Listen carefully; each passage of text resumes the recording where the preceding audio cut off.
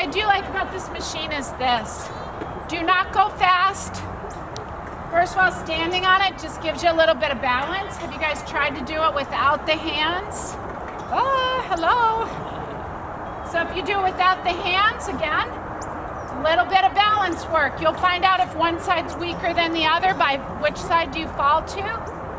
Alrighty, and then the goal is keep your chest and your gaze straight ahead. We're trying to twist from the waist, not the low back.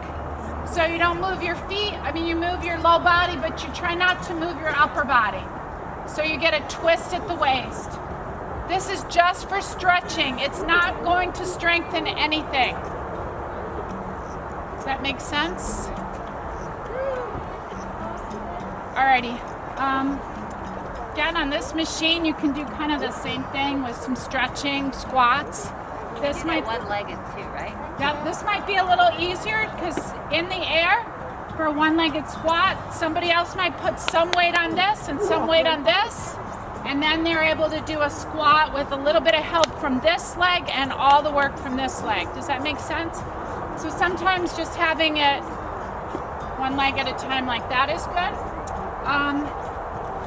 Yeah, squats you can even do with the knee up. You can do it with the knee leg out. The biggest thing is you want this knee behind the toes, so it should be just like that column. Think of those columns in the big Greek, you want the knee to be right over the ankle as much as possible. Thank you. No worries. Okay, so that was A. This would be C. This is B. Station number 4B. It's called the two-person lower body combo. Lots of ways you can do this. Number one, the last thing you want to do is overstretch the groin area.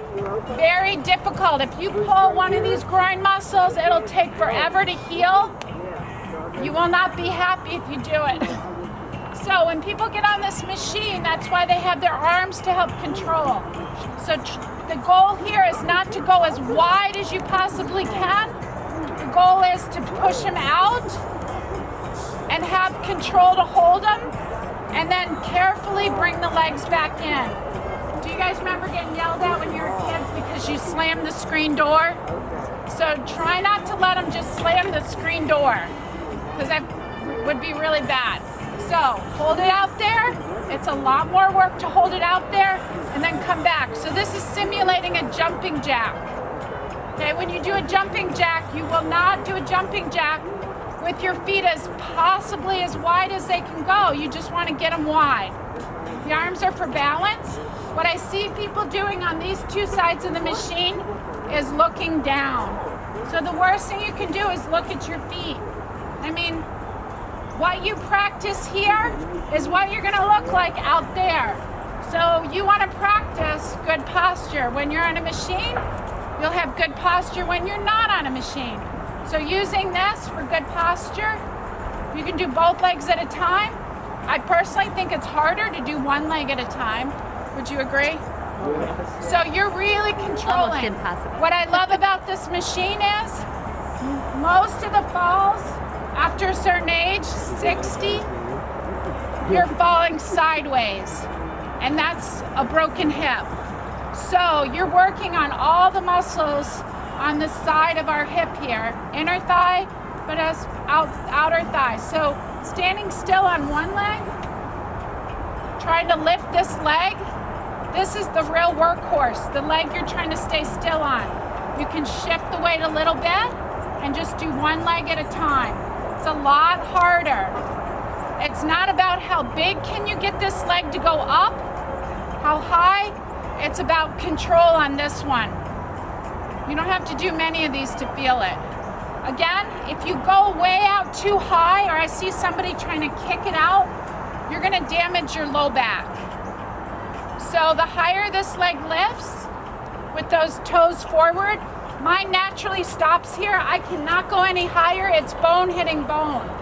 The only way to do that is to change the bone by turning my toe up or leaning over. Okay? So it's not about how high can you get that leg up. It's about just feeling like, okay, I got to that point of resistance. Thank possibly do. Go for it. By the way, this is Jean, and I'm Jean. Jean Green. A pair of jeans. Yes. Just a pair of jeans. Oh. Love it. Love it. So what is the first thing she's doing then? There you go. There you go. My feet where I hate it. Right, absolutely. Big feet. So chest up, head up, eyes Now, out. see, this seems too far back. Right. See what my shoulders are doing? So she's kind of hunching them back and she's artificially putting that chest forward. I mean, it won't really hurt anything, but you don't want to be in that position. Put those arms forward. Put them forward. Yep, and then, yep, there you go.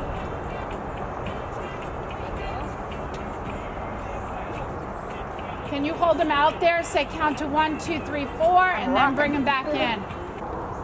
It's okay to softly bend that leg. It's also really important to keep your toe facing forward or even slightly pigeon-toed. So turn it slightly pigeon-toed. Do you feel the difference? Yeah. Is it easier or harder?